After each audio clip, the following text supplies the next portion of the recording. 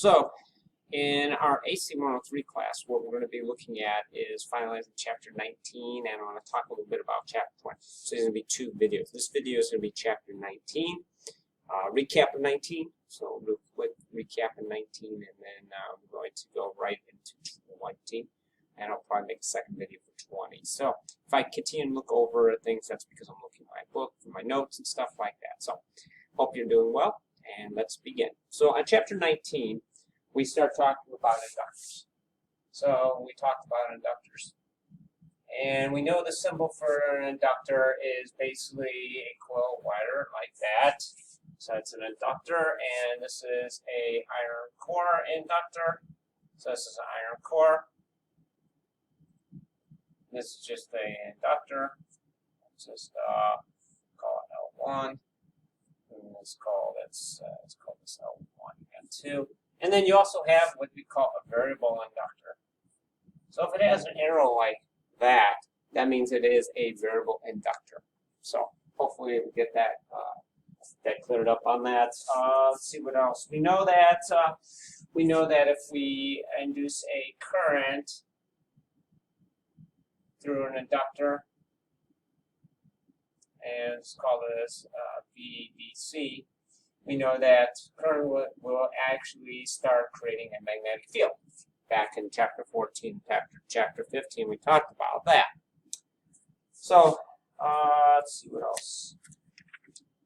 Mutual inductance. Mutual inductance basically deals with the ability of an inductor. And remember, our transformer is two inductors that are sandwiched close together. And the gap between here, the mutual inductance is the mutual inductance. This is mutual inductance.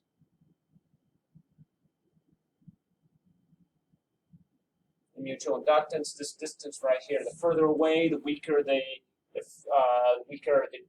voltage you'll have over here. Because remember, when you have an inductor, as you get further out from the magnetic field, the weaker it is. So if it's weak, really, if this is really further apart, then we're going to have a very weak voltage over here. The closer it is, the better it is.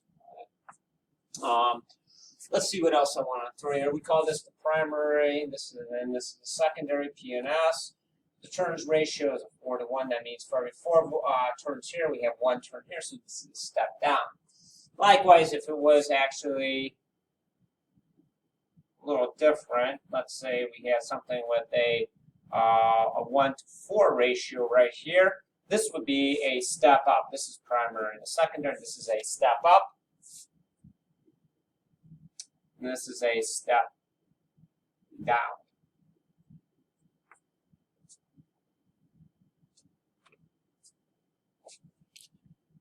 A couple other interesting facts about transformers. This is power in, this is power out. So power in is equal to power out. So power, I'm going to put a power in is equal to power out. We know that if you take an ohm meter and you go across these two terminals, you should get some small amount of ohms. That's because that's just a wire that's coiled around a steel or iron bar. And likewise, the same thing over here. The question is, should I get ohms from this side to this side or from this to here to here? So if we go from A to B, A in ohms, if we do A to ohms, you should not, and will not have any ohms. So basically, this is it's isolating these two. If you do, then you know that if you have ohms on this side and you have ohms from A to B, then you know you have a short in here. It means your transformer is pretty much dead. Buy a new one. There's cases where you can tie the secondary to the primary, but we don't get that to that cord, to this course right.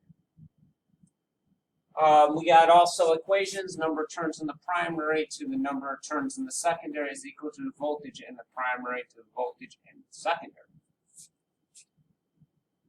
Likewise, we can also have a current. A current in the secondary is equal to current in the secondary to the current in the primary is equal to voltage in the primary to the voltage in the secondary.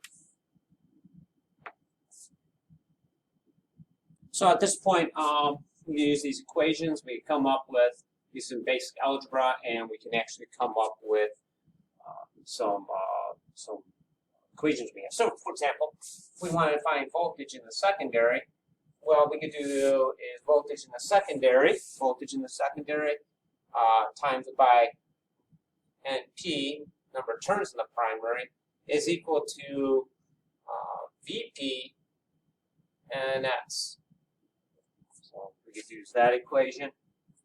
And basically what we're doing is cross multiplying. So basically what they're saying on here is this side and this side have to be equal. So if you actually do the math, this side better and this side should be equal on that. So let's see, anything else I want to throw on that? I don't think so. So a lot of times we'll have is some phasing dots on these, and this phasing dots are only used on the primary side. So a lot of times what we'll have, let's just draw this out, a lot of times we'll have is two inductors that look like this on the primary, and then our secondary we may have something, let's just say it's huge. Let's say it's center tap, and let's say that's what it looks like right there. So let's say there is two phasing dots right here. So the phasing dots are here and here. So these phasing dots allow us to actually connect up the primary windings in series or parallel. That's all the phasing dots allow us to do. So let's say that we have 480 volts in here. Well, if we put these in parallel, if we put these inductors in parallel, this transformer may not be able to handle that. So what we do is we can actually connect up just like this. We can connect up. So now what we have is this. So what this does is series. So this side right here, this voltage over here, and this voltage over here are going to split evenly. So 480. So this would be like, let's say 240, and this would be 240. In reality, it's not that, but just for example. What if we have 120 volts on this? Well, if we have 120 volts on this, what we could do is run these in parallel. So let me show you that. So that was series. So in parallel, what we could do is run these two, and we connect up that way, and then we connect it up that way. And let's see if I remember it. Yeah. And let's see, that goes up there, and then this will come down that way. So you have something like that is parallel. And in this case, what we'll have is, let's say, 120 volts here. Well, this gives us more power. This allows us to give us more power on it. So I just want to make sure I'm correct on that. Yep, I am correct. So this allows us more power. So 120 volts parallel. So we can say series is for 480 volts, and parallel, we can use it for 120 to 208/240.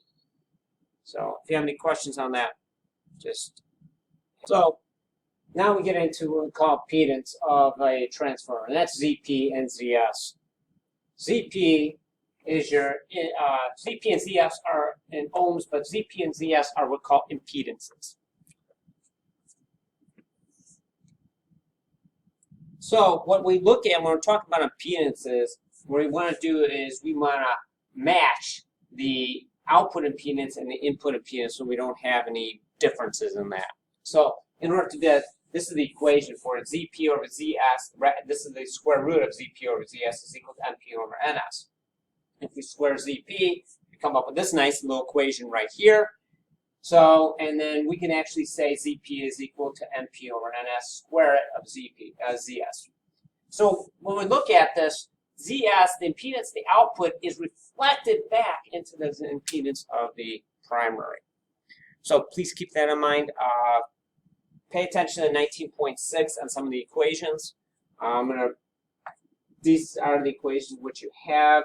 What you want to make sure is RL is equal to ZS, that your R load is equal to ZS. Remember, all this is in ohms.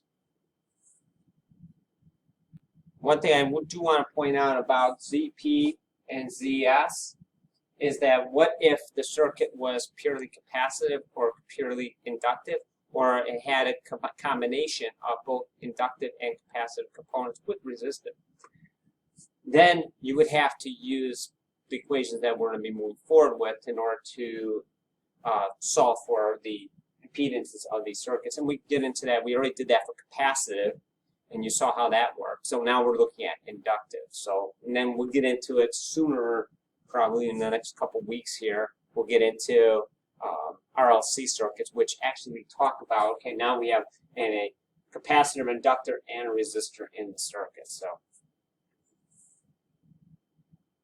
So finally, we want to look at inductors in series, inductors in parallel. Inductors in series are additive, it's just the opposite of capacitance. And inductors in parallel, you have to use that inverse equation on this. So please keep in mind that. A couple of things we want to actually mention in here. Inductors are measured in henries. We usually use the more millihenry, but a henry is really large. And let's see, the symbol is L, and the units is the henry, which is H. So again, if you need any assistance, please feel free to reach out to me.